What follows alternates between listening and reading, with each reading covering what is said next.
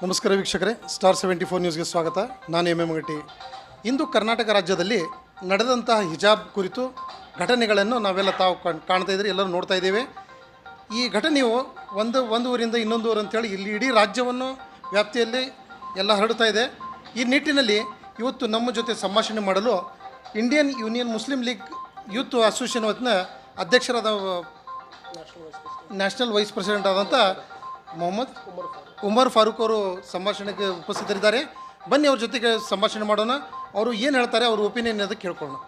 Sir, ಇವತ್ತು ಹಿಜಾಬ್ ಬಗ್ಗೆ ಇಡೀ ರಾಜ್ಯದಲ್ಲಿ ಎಲ್ಲ ಒಂದು ಅಲ್ಲೋಲ ಕಲ್ಲೋಲ ನಡೀತಾ ಇದೆ.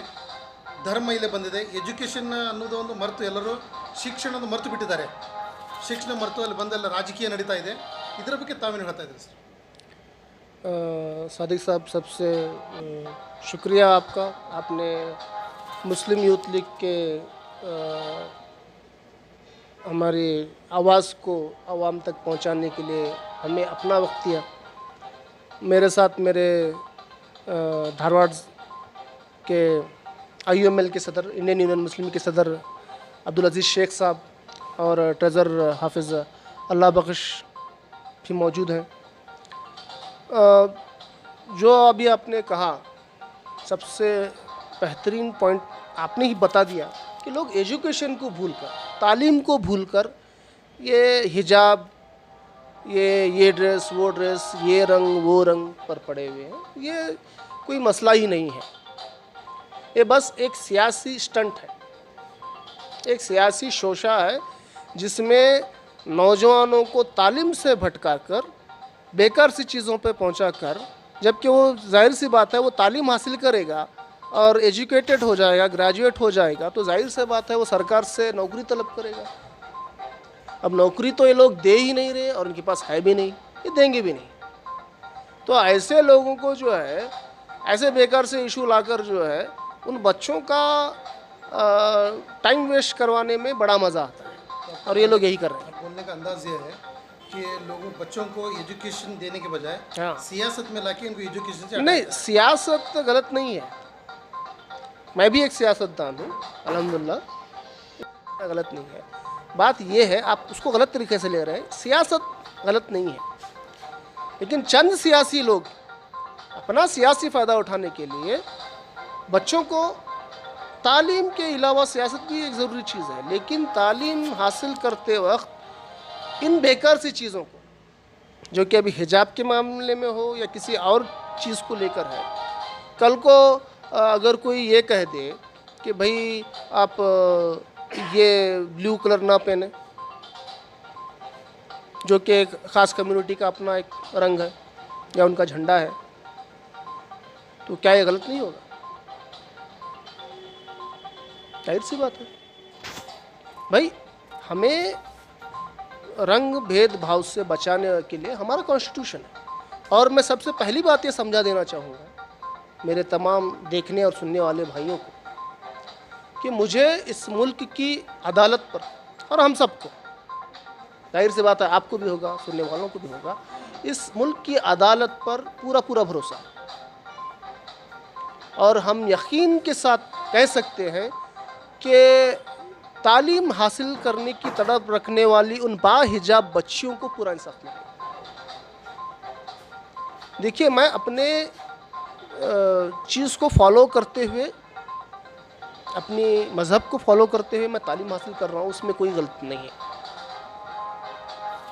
कोई भी तालीमी इदारा किसी भी बच्चे को ये कभी नहीं कहता कि भाई अपनी मजहबी पहचान को छुपाकर आप स्कूल को या कॉलेज को, कोई नहीं कहता है. कभी कहा है कि आपने जब स्कूल गए या कॉलेज गए, क्या आपको किसी ने इस बात को पर लताड़ा है या डांटा है, या कभी आपने भूल चुक के टोपी भी पहनकर अगर गए हैं स्कूल को?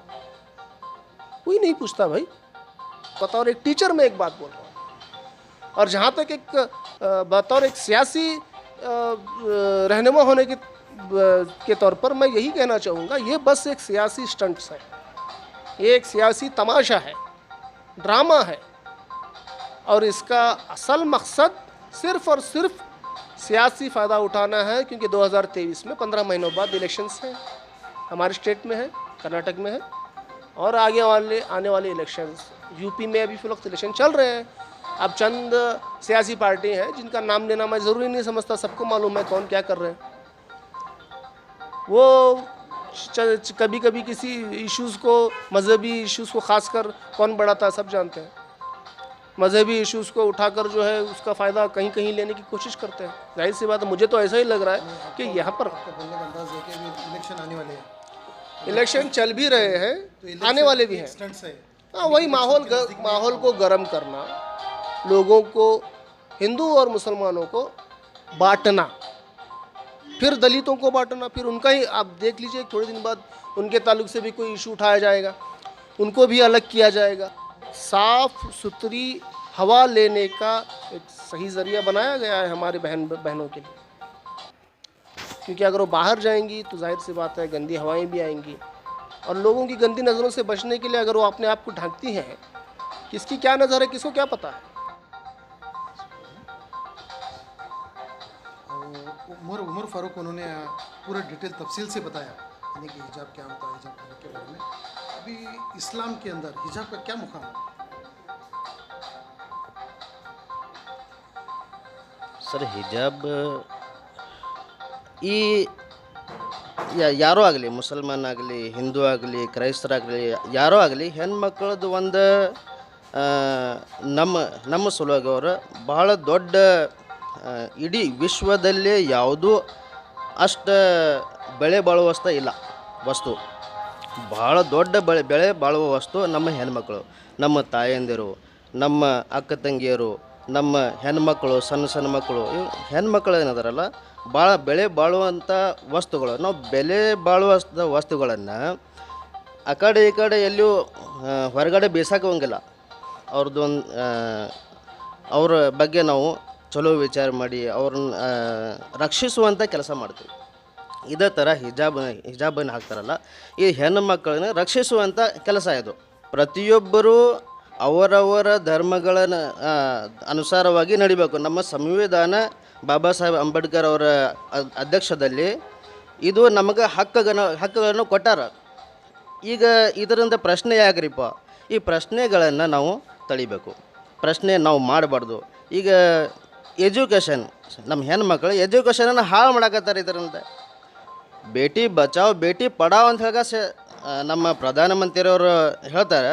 ಇಲ್ಲಿ ನಾವು ಕಾಲೇಜ್ಗಳಿಗೆ ನಮ್ಮ ಹೆಣ್ಮಕ್ಳನ್ನ ಕಳ್ಸಾಕತ್ತೀವಿ, ಅಲ್ಲೇ ಯಾವುದೋ ಒಂದು ಕಾರಣ ಹೇಳಕ್ಕೆ ಎಜುಕೇಷನ್ ಕೊಡಾಕತ್ತಿಲ್ಲ. ಎಜುಕೇಷನ್